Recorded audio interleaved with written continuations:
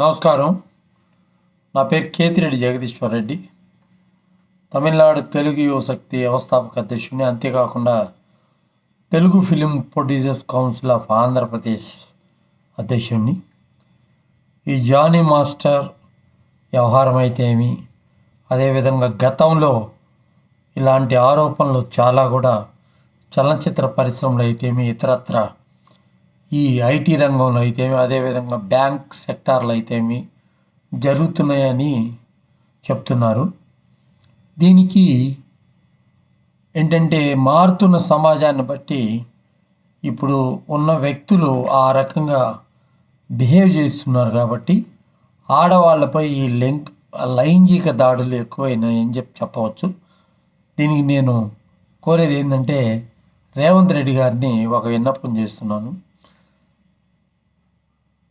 మలయాళం ప్రభుత్వం ఒక retired judge నేతృత్వంలో ఒక కమిటీని వేసి, ఆ కమిటీ ద్వారా అంటే దాంట్లో కొంతమంది మెంబర్స్ని, శారద గారు ఇట్లాంటి వాళ్ళందరినీ మెంబర్స్గా వేసి అఫీషియల్ కమిటీ, రిటైర్డ్ జడ్జి కమిటీని వేసి చలనచిత్ర పరిశ్రమలో ఇప్పుడు కాదు, ఎప్పుడైనా గతంలో నుంచి జరిగిన అన్యాయాల్ని వాళ్ళు వచ్చి మనస్ఫూర్తిగా చెప్పుకుంటే ఆ వ్యక్తుల మీద చర్యలు తీసుకునే దానికోసం ఒక కమిషన్ వేయడం జరిగింది.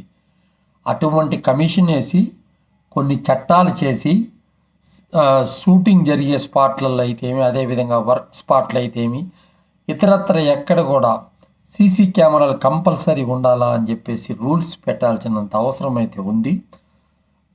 సోషల్ మీడియా అయితేమి, ఇతరత్ర ఏదైతేమి, వీటి ప్రభావం ఎక్కువగా ఇప్పుడు యువత మీద ఉంది కాబట్టి వాళ్ళ ఆ విధంగా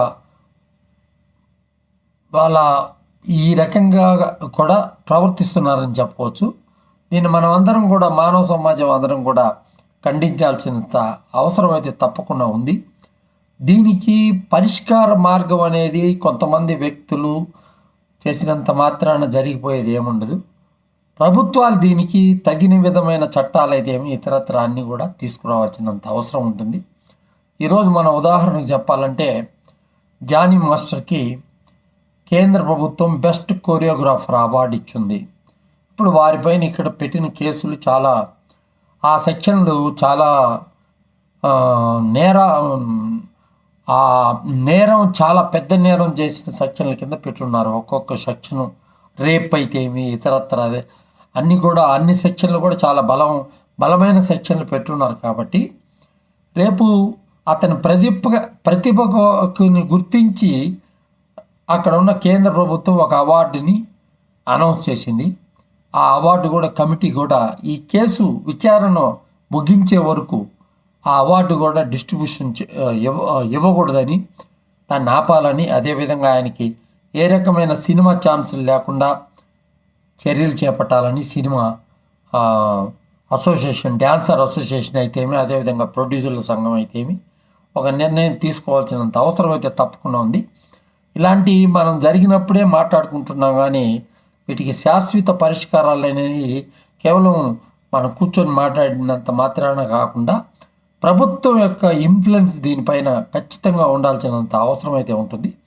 అదేవిధంగా పూనం కౌర్ అనే ఒక ఆర్టిస్టు డైరెక్టర్ త్రివిక్రమ్ శ్రీనివాస్ మీద ఒక ట్వీట్ చేయడం జరిగింది.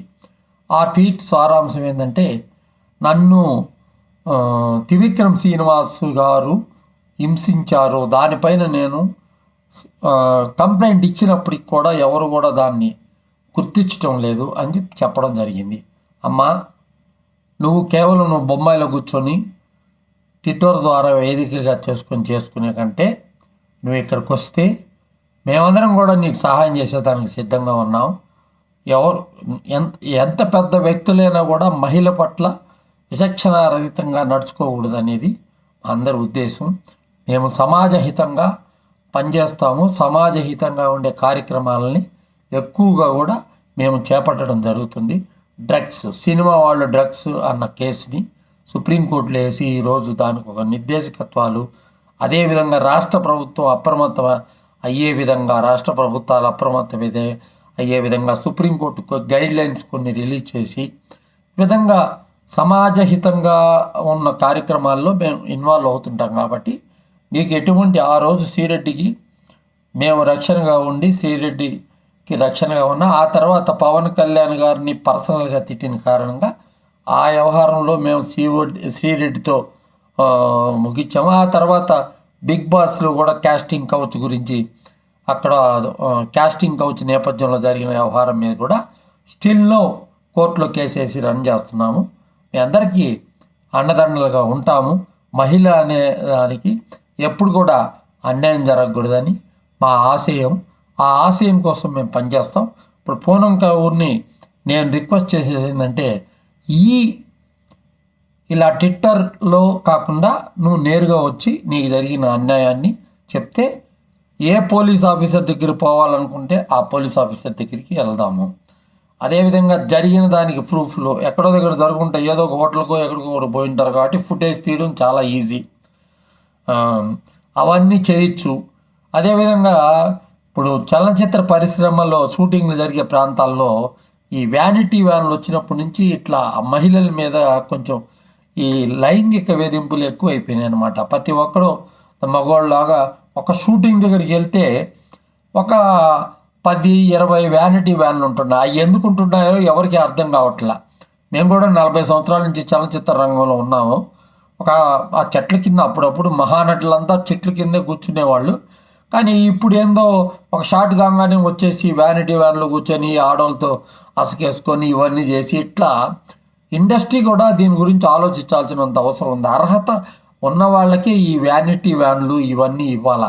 డ్యాన్స్ మాస్టర్లకి ఉండే వాళ్ళకి, ఆర్ట్ డైరెక్టర్లకి, అందరికీ ఎవరికంటే వాళ్ళకి అడిగిన వాళ్ళకి అడిగినట్టు ఈ వ్యానిటీ వ్యాన్లు ఇవ్వడం అయితే ఇతరత్ర ఇవన్నీ కూడా ఏంటంటే ఈ సంస్కృతి అనే దానికి కొంచెం దీంట్లో కూడా తప్పు జరుగుతుంది. సీసీ కెమెరాలు మస్ట్గా షూటింగ్ స్పాట్లో ఉండే విధంగా మనం అందరం కూడా చర్యలు చేపట్టాలి. ఆ చర్యల వల్ల చాలా మేలు జరుగుతుంది. ఇట్లాంటి లైంగిక దాడులు జరిగేదానికి ఆస్కారం ఉండదు. మనం మాట్లాడినప్పుడు కాకుండా సమగ్రంగా ఇది ప్రభుత్వానికి అప్పచెప్పి ప్రభుత్వం పోలీస్ వ్యవస్థ ఒకటి ఉంది కాబట్టి నేను రేవంత్ రెడ్డి గారిని కోరేది ఏంటంటే మీ పరిపాలనలో అంత బాగుంది కాబట్టి హైడ్రా లాంటివి తెచ్చి అన్ని రకాలుగా ప్రజలకి మేలు చేసే కార్యక్రమాలు మీరు చేస్తున్నారు కాబట్టి మీరు ఖచ్చితంగా ఈ చలనచిత్ర రంగంలో ఉన్న ఈ క్యాస్టింగ్ కౌచ్ని మీద ఉక్కుపాదం మోపవలసినంత అవసరం మీ ఆధ్వర్యంలోనే జరగాలని నేను కోరుకుంటున్నాను. తప్పకుండా మీరు ఆ దిశగా అడుగులు వేయగలుగుతారని మీకు ఆ సమర్థత ఉందని మాకు తెలుసు. కాబట్టి తెలంగాణలో ఇటువంటి ఈ కల్చరు ఎక్కువైపోయింది కాబట్టి ఇది లేకుండా మహిళ స్వేచ్ఛగా తిరిగింది. మహాత్మా గాంధీ చెప్పినట్టు ఆడది ఒంటరిగా వీధుల్లో తిరిగిన రోజే మనకు నిజమైన స్వతంత్రం వచ్చినట్టు అని చెప్పాడు. కాబట్టి దాన్ని మనం పాటిస్తూ మహిళకి తగిన విధంగా న్యాయం చెయ్యాలని చెప్పేసి నేను రేవంత్ రెడ్డి గారిని కోరుతున్నాను. ధన్యవాదాలు.